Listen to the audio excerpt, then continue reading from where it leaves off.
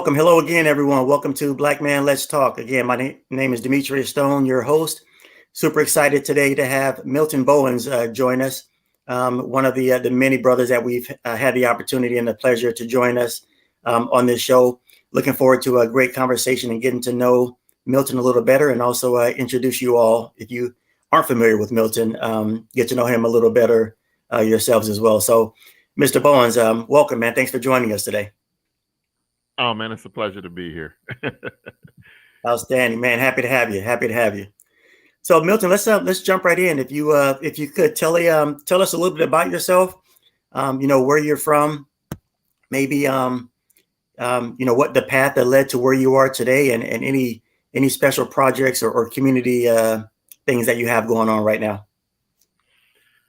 Okay, yeah, man. I got like some people have told me I have like one of the most interesting, craziest stories getting to like where I am today in terms of being a visual artist. Some people will say fine artist, but it's really just um, I was born and raised in Oakland, California, and my artistic signature is Milton 510. And when people see that, a lot of people sometimes it gets stereotyped. Sometimes I get a ton of questions asked about it. But it's a simple answer for anybody that has like followed my career and like know my story that I'm going to share with you guys tonight. I was born and raised in Oakland, California, but when I was born in Oakland, our area code wasn't 510. It was actually 415.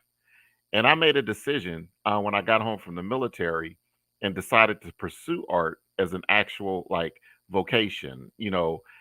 I wanted to do something that kind of just not only spoke to my journey to get to where I was as an artist, but to really let people know how, becoming a fine artist or a painter growing up in East Oakland during the era that I grew up in was not like a common career path.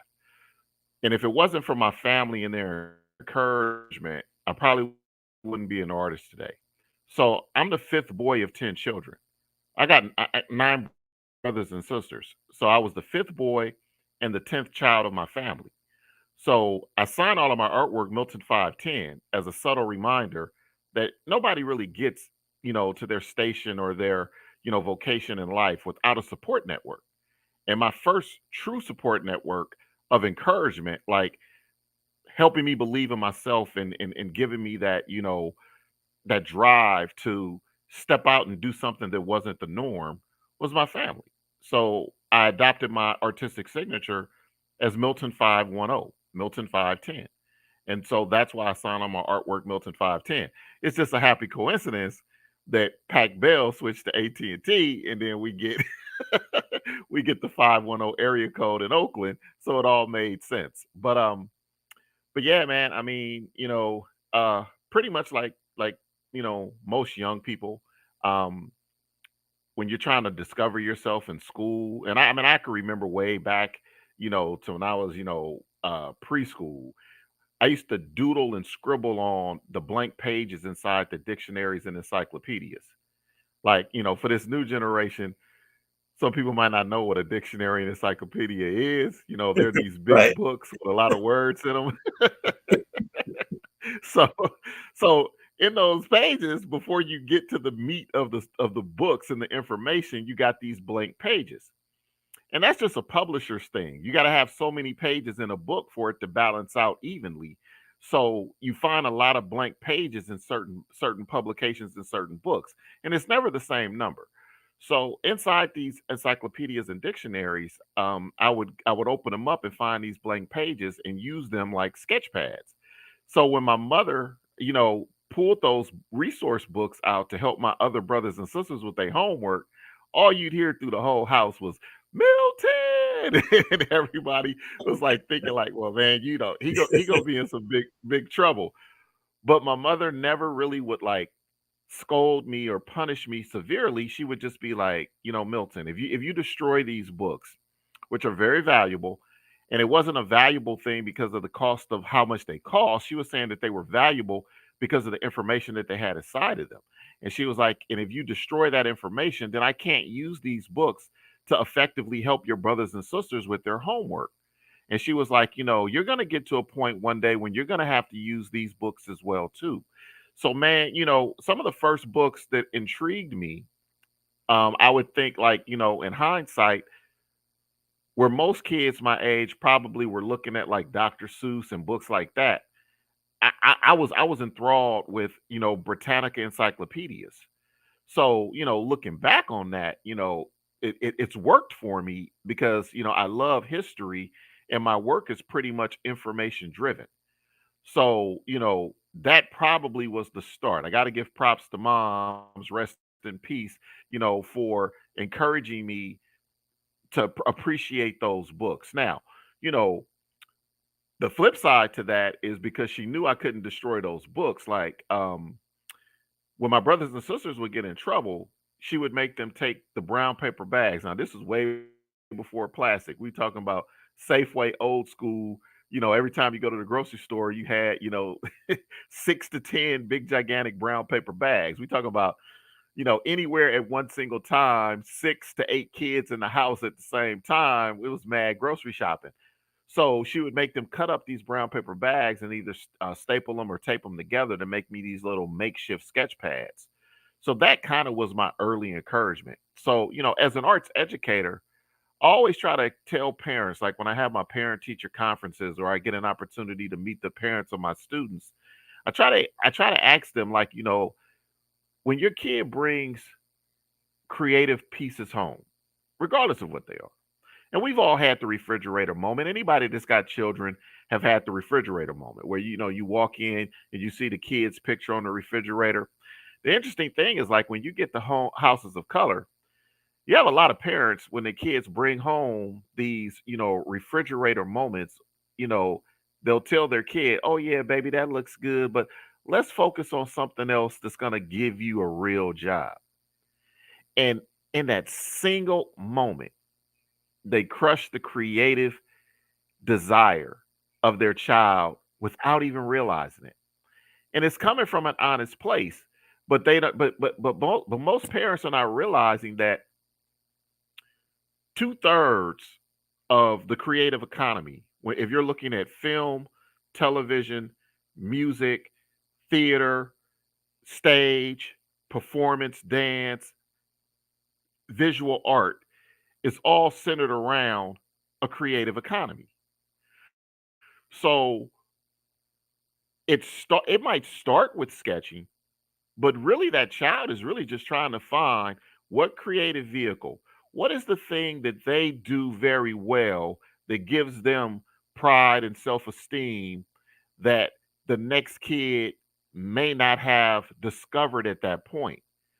So we tend to not look at that honest, innocent moment and take that piece. And see, my mother never did that. My mother had my stuff all over the place. She wouldn't even let my brothers and sisters beat me up when I wrote in the books. So it was this constant encouragement. And you know, and it and when I look back on those moments and just look at at my development in totality, because my father passed away when I was 8 years old. So, in the African American community, we especially when I was growing up, it was no discussion about depression or mental health concerns, but I was suffering with deep depression after I lost my dad. And being the baby of a family, you don't get a lot of attention. And then the attention you get is always, like, oh, you're getting special treatment, or somebody's, paying more attention to you because you're the baby or whatever. And in honesty, it's like it's in the reverse. It's almost as if you're invisible until somebody starts to tease you about being the youngest. So for me to actually get real attention, I started doing graffiti. Like, I was one of the most notorious graffiti artists in Oakland during this time. And we're talking the late 70s. So I went around and I got arrested for tagging an Oakland police car. So in my mediation hearing, there was a mentor who worked at the East Oakland Youth Development Center who actually spoke on my behalf in the mediation hearing. He asked my mother, could he speak to the mediator? Because he was there. He ran a program. He was the art instructor for the Hey, Milton. something. It popped up on my screen and said it wrong, and it kicked me out. Yeah, yeah. It looks like you were frozen for a minute, but that's all right. We're gonna easily edit this. I Okay. think I lost you right as you were talking about how sometimes parents inadvertently crush their kids' dreams by telling them, let's put something on the fridge that can help you make money. I think that's the last thing. Anything you said after that, Okay. we might So have did you missed. guys? Okay. So you didn't get the part about the EOYDC, No. about So the if you East want Oakland to, Youth Development Center? no. So yeah, let's definitely. Okay. If you want to just pick right up with that, we can get. Like I said, Ro can edit it later on. So yeah, you can go ahead and start with that. Okay. Okay. So start Yeah. now. So yeah. Whenever you're ready. Yep. Okay. So yeah, like I was saying, like the one thing like people don't realize, like, it's just that simple gesture when a child is trying to discover like what their unique creative skill is going to be. A lot of times, we don't really embrace that and allow a child in real time to identify something that is uniquely theirs, something that they can call their own. So for me, that never really happened because my mother always made sure that, she was encouraging my creative endeavors. Now, uh, my father passed away when I was 8 years old. And like, it, especially, I mean, we're just now getting into the conversation in communities of color in terms of the importance of mental health and dealing with it, in a serious way. But, back then it wasn't really discussed. And I was dealing with depression after my father passed away. So I was trying to find attention. So a lot of times being the baby in the family, you get stereotyped as if you get special treatment or everything evolves around you. And in reality, it's the opposite. It's like if you're the baby of 10 kids, you can't make no choices. Like I couldn't pick what watched on television. I couldn't choose what was played on the radio.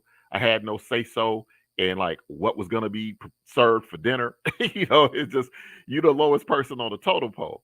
So to really try to get attention, I started lashing out, and I actually became, a very notorious graffiti artist in Oakland. Now we're talking about at the age of 9 years old, and by the time I turned 10, I got arrested tagging an Oakland police car. So in my mediation hearing, there was a teacher who ran a program at the East Oakland Youth Development Center, the EOYDC, but he also was a teacher at the Renaissance School of Arts in North Oakland. So he asked my mother, could he speak to the mediator on my behalf? And it was just all pure chance. He just happened to be at juvenile hall that day, promoting the program that they did at the EOYDC, and happened to run into my mother and me waiting to speak to this mediator. His words actually got me inside the Renaissance School of Arts, which is located in North Oakland. Yeah, he's the reason I got into art school. And that really was the first step in this, stepping out on blind faith journey when it comes to being a creative. So I ended up going to art school from the 7th through the 12th grade. It totally changed my academic life around. So, but because I had did so much damage in the city, my summers were not mine to my senior year because I had to pay back restitution to the city. And ironically, you know, being of service to the city made me look at Oakland differently because every Saturday I had to go out to a different part of Oakland and clean it up. So I got to see parks and neighborhoods and places in the city that I had never traveled before. I didn't even know that it was part of Oakland or the Bay Area, you know. Um, so while everybody else, all my contemporaries, all my homies was out, playing sports and, going to roller skate parties and things like that, I was basically being of service to the city. Now, it was restitution, because I had been, tagging the city, for 2.5 years. So it just all kind of worked itself out in a weird way. But being from the family that I'm from, I never took a victimized approach to it. Like, I knew what I had did. I mean, I knew I was trying to get my name out there. See, I mean, as a graffiti artist, you're trying to get your name up as many places and many times as you can. It's a weird way. It's like your first introduction to marketing. And the funny thing about graffiti is, like, I'm an old school graffiti artist. Like, today when you look at graffiti, a lot of times it is some of the most beautiful, self-taught, freehand work you'll ever see. But a lot of it, people don't even understand. Like, if you don't know the language of graffiti, you might not even be able to make out the word. You might even be able to find the artist's name in it. And in reality, graffiti artists are trying to get the most attention they can, but they outsmart themselves because they're so creative that you don't even know who did it. So, you learn these things in reverse in real time. So, so anyway, I did my freshman year. I graduated art school and did my freshman year at the California College of Arts and Crafts, which is arguably one of the best art schools in the entire nation. And because I had success in high school as an artist, I actually started taking courses at the college in the 10th grade. So I knew all of the professors and everybody in my freshman year. And it was sort of underwhelming because I literally had one of my teachers tell me, Milt, just go erase your studio projects and change the date because we ain't doing nothing different. So, not having a freshman year that engaged me really sent me back into somewhat of a depression. So, one of my oldest brothers, my two oldest brothers are twins, and one of them was enlisted in the Air Force and one was enlisted in the Army. I come from a military family. Like, my grandfather, my father, and all my brothers have served time in one of America's armed services. So my brother Jerry, who happened to be an Army recruiter at the time in San Diego, told me to come spend the summer with him just to get out of Oakland. He was like, dude, you don't need to be in Oakland running around, especially with nothing to do, and like, that's just a recipe for disaster. Now, this is the time, when Oakland is transitioning from Black Power to drugs. And so my mother was like, you probably should take your brother up on his offer. So I go down to San Diego and my brother talks me into joining the military. So I actually joined the Army. He put me in the Army. He was my recruiter and I joined the Army, and I didn't know how he was working the contract, but he actually put me in the service as a paratrooper. So I end up becoming a United States paratrooper, landing in a special forces unit, going to air assault school, and doing 4 years of service in the 5th Special Forces Group Airborne. Fort Campbell, Kentucky, Fort Bragg, North Carolina, and Fort Benning, Georgia. But my second year in the military, we're doing some joint training exercises, ironically in Egypt, and I get hurt on a parachute jump. I get a high ankle sprain. And while I'm rehabilitating, a friend of mine used to always see me doodling and sketching around the mess hall and in the barracks, bought me a sketch pad. So I just started doing sketches. And because I loved history and encyclopedias, I was a little curious over our unit, like, what was the history of our actual unit, the unit that I was serving in. And when my company commander saw my sketches, they changed my job and made me an Army illustrator. So I finished out my last 2 years of service being an Army illustrator. I was one of the artists who worked on the Be All You Can Be campaign. Wow, man, that's amazing, Milton. How chance encounters or chance meetings with people, whether it be, the person at your mediation hearing, or hurting your ankle on a jump, somebody brought you a doodle pad, how those chance encounters lead to opportunities.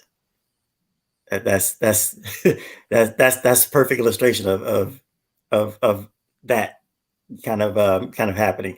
I'm curious though. Um, Interesting how your decision to go live with your brother led him to voluntold you to being a paratrooper. I was going to ask what led you to your decision to join the armed forces. Um, but you mentioned, and first of all, shout out to those Gen Xers and maybe even some younger baby boomers who remember the dark orange or brown Britannica encyclopedias. That was way before information on the cell phone. Um, so I'm curious though. You mentioned that you teach. Where do you currently teach now? Oh, well, ironically, I'm a teacher. I teach virtually. I do remote lessons for the Sacramento County Offices of Education. I work for Okay. Scully, and I teach in juvenile corrections. That's my focus. I like to teach art to young people who are in juvenile uh, situations because that's technically my story. Like, Yeah. and I don't use my story like I kind of stay away from like my personal story. All I try to do in the lessons that I teach them are self-empowerment lessons. And I try to show them that, you're not defined by one mistake. Two Right. mistakes is different. Yeah. Two mistakes is different. But one mistake shouldn't define you. Like, and so now at some point in the year, every year, um, I get around to sharing with them my journey, my story. But we really don't start off with that because they always ask, they're like, Mm, "Well, Mr. Milton, like, why do you do this and why are you here?" And I was like, because I understand, what it means to have second chances. And I mm, try to explain to them that, it's how you look at a second chance. And I told them, I've been fortunate in my life to have multiple second chances. I've made decisions trying to get away from doing art, but some way art has always worked its way back into the equation.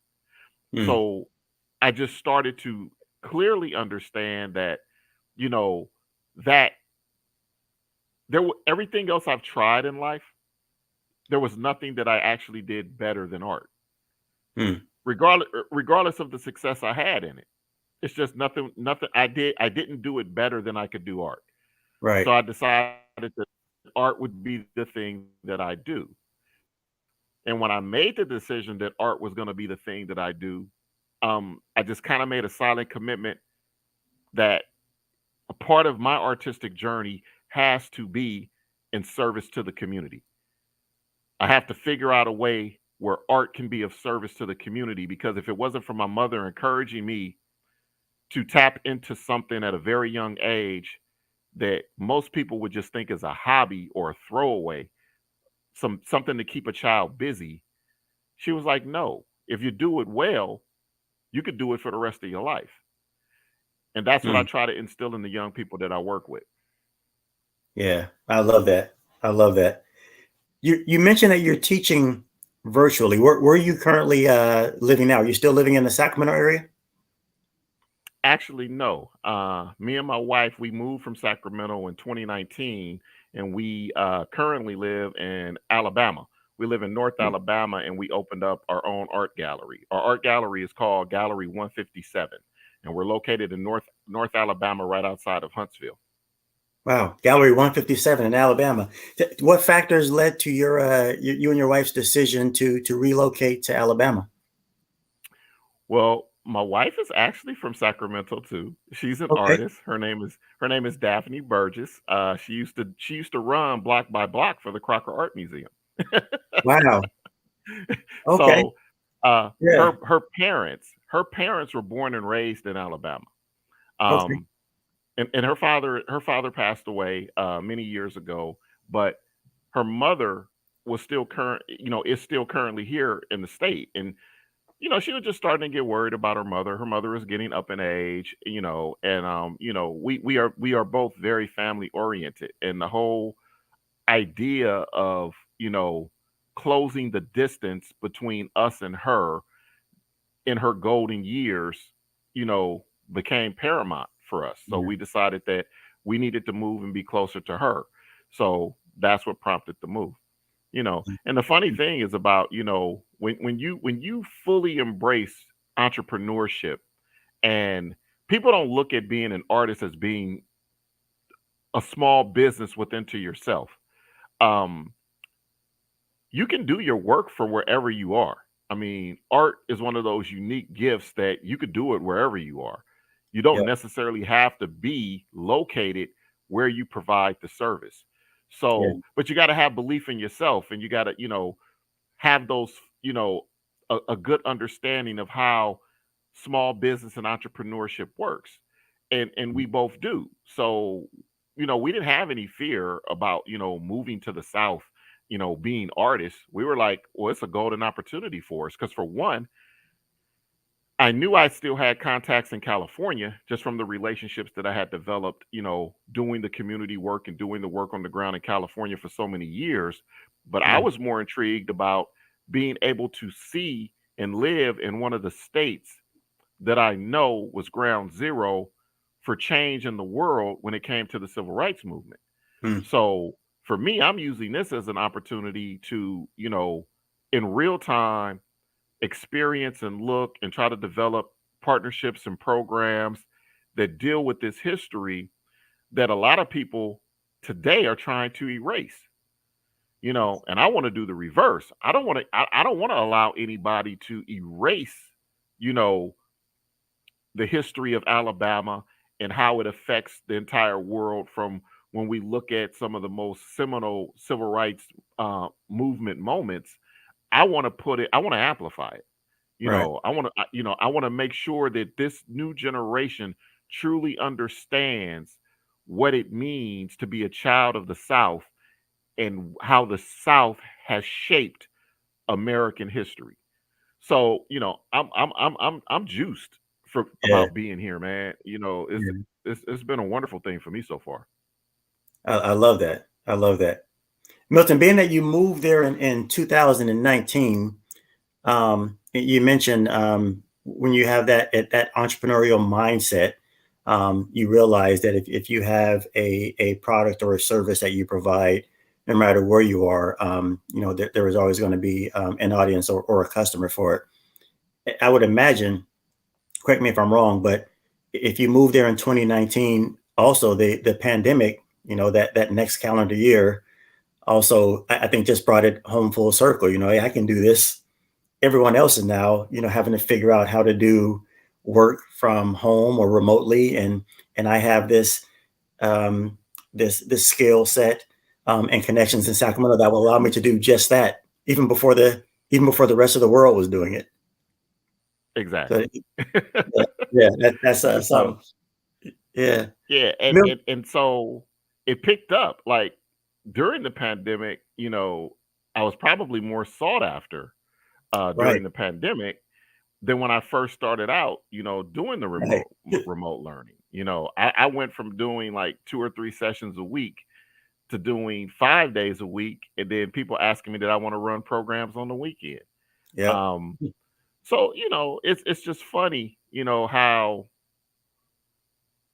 major events can change people's perspective on what's actually valued. Yep.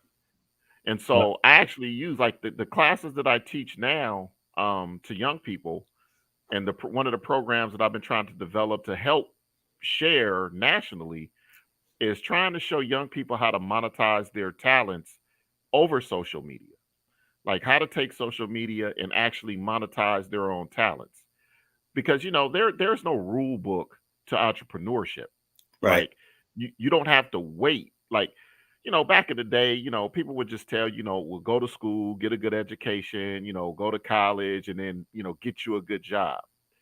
And I'm gonna tell you, man, Dave Chappelle Shout out to Dave Chappelle. Dave Chappelle tells one of the best entrepreneur stories you'll ever hear. His father is like, his father and mother are educationally strapped. Both got PhDs, very learned people. He was having a conversation with his dad, and his dad was like, well, how are you gonna make a living doing comedy? And Dave Chappelle was like, well, Pop, if I do comedy and I can make as much as a teacher, would you think that I'm successful? And his father was like, do you think you can make as much as a teacher doing comedy? And he said, well, actually, I already make more than a teacher doing comedy. And then his father was like, well, if you keep that mentality, you're going to be okay. He said, but what I want you to understand is anytime the price gets too high, based on the decisions that you're making as a comedian,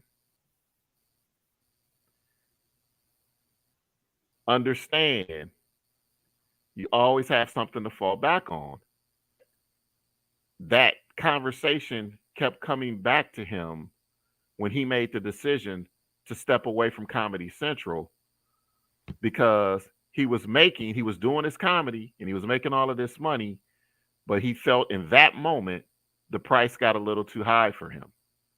Yeah. So he said his father told him, as long as he always kept that even mindset, that entertainment can make you more money than a normal profession, but sometimes are you sacrificing more to get that than you would at a normal profession? And he said, as long as you understand and can maintain that balance, you'll be okay. So, I try to tell the young people that I work with that, I'm mentored by everybody from history. This notion that you have to have a personal connection and spend personal time with an individual to have a mentor experience is the furthest thing from the truth. I tell my students, like, every day I do a mentor session. I just log online and find somebody that intrigues me or that I'm interested in, and I spend a day with them. Sometimes it might be a couple of hours, sometimes it'll be an entire day. But I give them some time to just listen to their stories and let them tell me about, how they, circumvented obstacles, or how they overcame something, or how, they saw something in someone else that inspired them. And I use those personal mentor moments to help shape the information that I'm bringing to them. And I tell them they don't gotta wait. They ain't gotta wait on anybody, to be inspired. They need to look for inspiration every day on their own. Yeah. Wow. That's so true. I think every one of us, we often read books on, whether it be a mentor or one piece of advice that a successful person took or followed that made them successful. And many people sort of get trapped in that. I have to do exactly what this person did to be successful, which there are so many, whether it's mentoring, whether it's reading, whether it's going to school out of state, there are so many different paths to take. And I think it's important for young people, because I've spent the last 8 years working with young people as well. It's important for them to understand that there is no one single way to get rich, nor is there one single way to be successful, however that may look to you. That's the beauty of it. There's so many different ways to follow. And I love that story about Chappelle's dad. That's some sage advice. And that's so true. Hey, I'm curious. So I in the last few minutes here, love your story about joining the military. I joined the military as well out of high school. I'm sure probably for different reasons, but I joined the Marine Corps right out of high school at Sac High. And my reason for joining the Marine Corps was similar to you. Many uncles, grandfather, they all served in the Army or Air Force. And being the contrarian that I am, I was like, I don't want to do what everybody else in my family did. So the Navy was out of the question because of the uniforms. So everybody I know in my family did Army and Air Force. I'm doing the Marine Corps. So I was fortunate. Quite honestly, Milton, in my 4 years, I got to spend 80 to 90% of my 4 years stationed in Monterey and in Hawaii. So I'm very very Oh, much aware that I'm okay. super fortunate. I avoided some of those remote locations, but I did get to experience, like a lot of us do, traveling. Spend some time in the Middle East. Curious, what's your favorite city that you travel to? You mentioned you're in Egypt, and I'm a little bit jealous that you got to spend some time in Egypt. But favorite city you've traveled to, or the favorite city you'd like to travel to? Oh man. Well, the place I really want to go that I haven't been able to go to yet actually is London. Mm, I want to go to London. Um, in the military, most of our travels were doing, joint training exercises or some yeah, type of combat readiness exercise. So, for the civilians who really don't know how the military works, the special Fifth Special Forces unit is, rapid deployment unit. They we yeah, are we go behind enemy lines and you work with insurgents and you're basically training guerrilla forces to be able to do and protect and defend themselves, and you do it in right, 12-man teams. So it's just a lot of training. So we never really got to really experience from a tourist perspective the exotic places that we went to. Um, but I would say my favorite city in the US that I've experienced is DC. I love the diversity. mm, yes, Um, I just love DC as a city. yeah, It's a lot of international diversity going on in DC. But the place that I would want yeah. to visit the most, hands down, is London. Um, the Okay, Tate, the Tate, the Tate Modern, which is one of the premier museums in the world. I gotta visit that place. Um, yeah. on my bucket list is to actually get them to collect some of my work. Hey man, I have a feeling that's probably going to happen, Milton, with just the drive you have. So, man, we share a lot of similarities. London is definitely on my bucket list, as well as France, for both Paris and Normandy. Would love to visit both Normandy, Okay, France, cool. and Paris, France, one day. And very similar. I'll just share two of my favorite cities I visited in the U.S. are Washington D.C. and Detroit. Got a chance to go to Detroit. Love that city. Absolutely love that city, as well as DC. So, real quick, Milton, while I have you, one final question. Just want to give you a couple of minutes to share. Why is it important to keep art and any type of art, language art, performing art? Why is it important to keep art alive in public schools?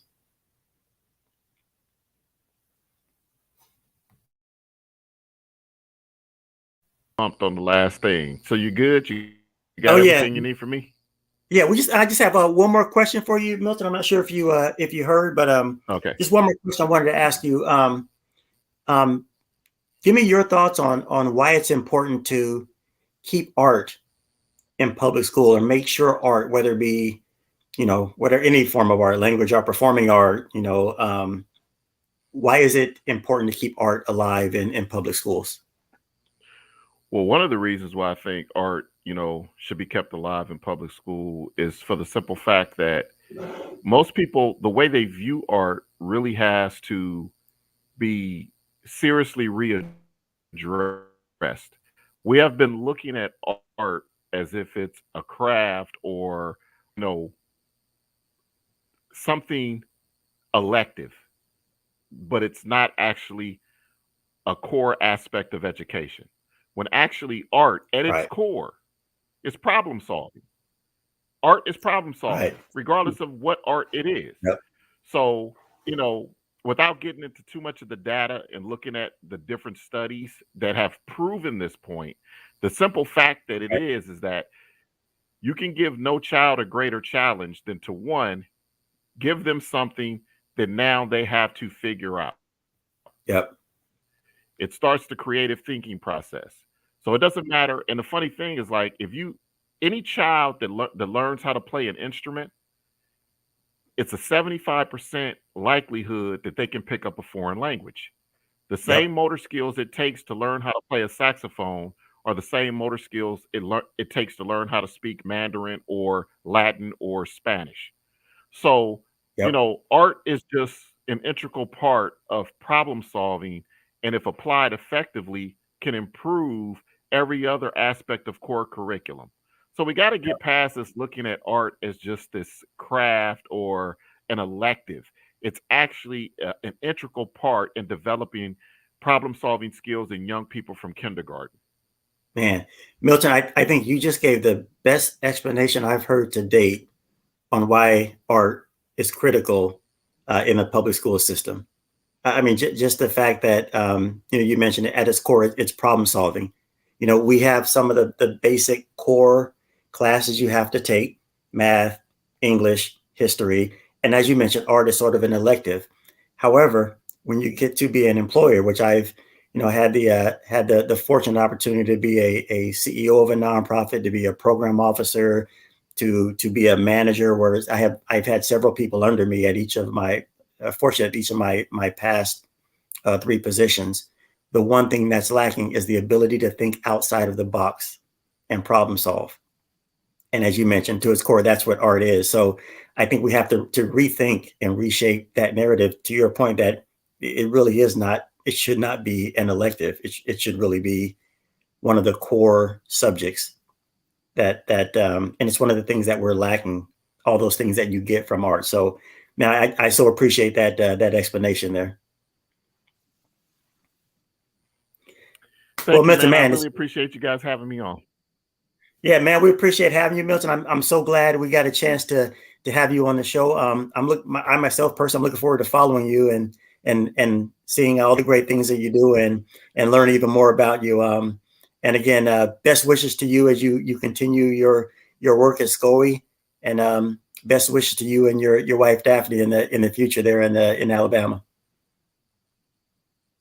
Thank you so much, man. And thank you for your service and Simplified.